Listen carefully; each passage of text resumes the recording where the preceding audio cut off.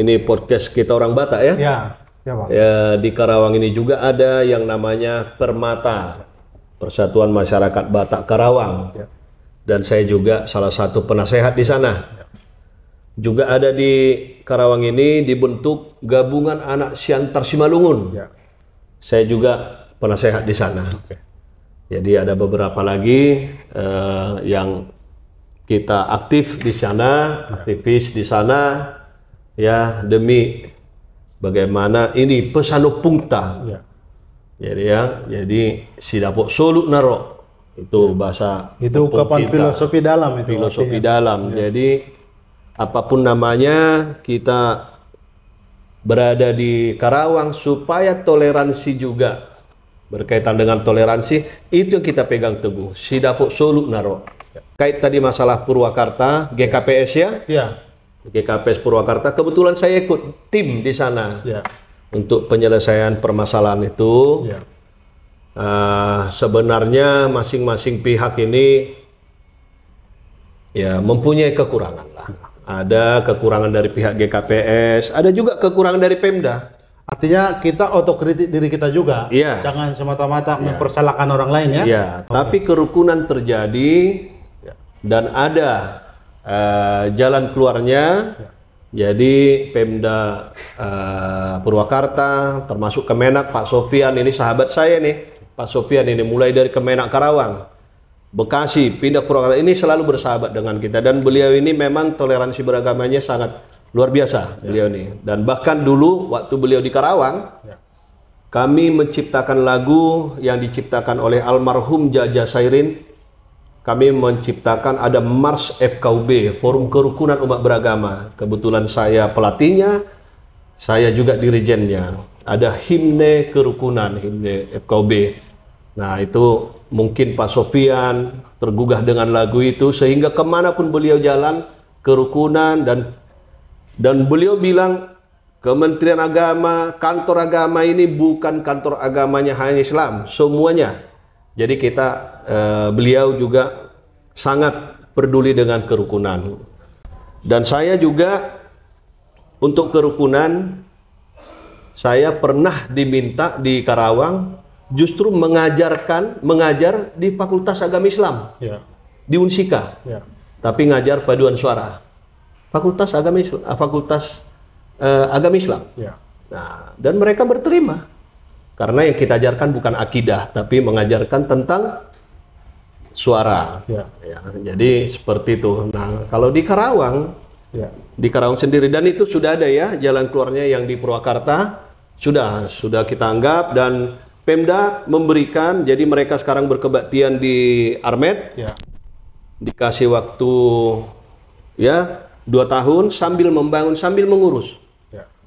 Dan orang pihak GKPS juga sudah mulai komunikatif dengan warga sekitar. Warga sekitar juga sudah mulai menerima. Dan bahkan saya bilang sudah setiap hari sudah ada kiriman foto mereka sedang bersama. Jadi ya mungkin ada miskomunikasi selama ini sehingga kerukunan itu menjadi agak sedikit tercoreng. Saya garis bawahi Bang, bahwa Abang tadi sebut bahwa memang jangan kita langsung mempersalahkan kelompok lain dulu, kita lihat diri kita juga.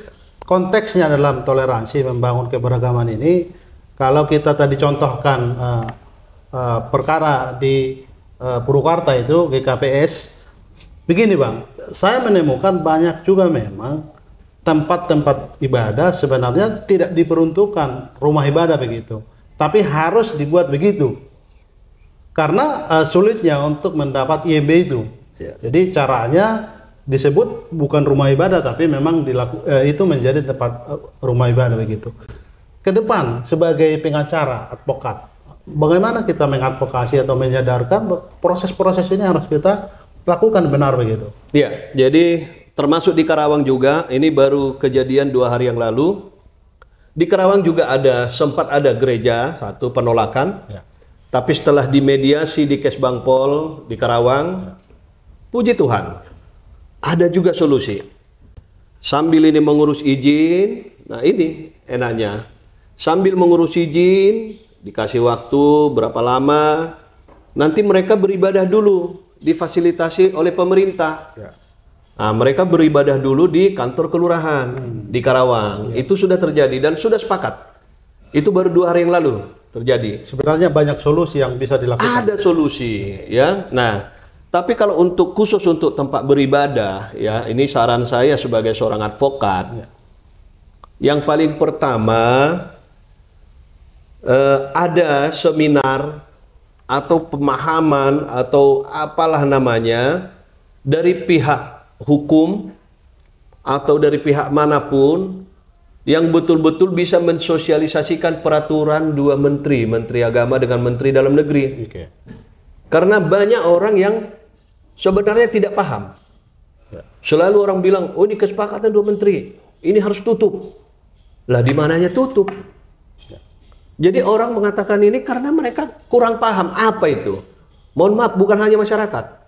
Aparat sendiri pun banyak yang nggak mengerti. Karena apa? Hukum ini, ya memang yang harus menerangkan itu harus orang hukum.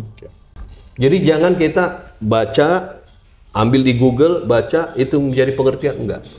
Ada yang harus kita mengerti di sana. Contoh ini harus sangat-sangat diperhatikan oleh semua. Di peraturan 2 menteri nomor 9 tahun 2006, nomor 8 juga. Ini ada satu yang harus sangat dipahami. Itu pasal 1. Harus kita bedakan rumah ibadah dengan untuk beribadah. Oke. Apa bedanya, Pak? Nah, jadi begini. Ini ruangan atau di kantor saya kita bisa beribadah. Baik. Nggak ada yang bisa melarang itu. Oke. Di rumah saya nggak ada boleh melarang ibadah. Oke. Yang bisa melarang kalau itu melakukan keributan Oke. atau kebisingan. Nah, tapi untuk melakukan kayak di kantor saya, kenapa bisa beribadah? Saya kasih nih peredam. Peredam Jadi suara. sebelah tidak mendengar. Oke.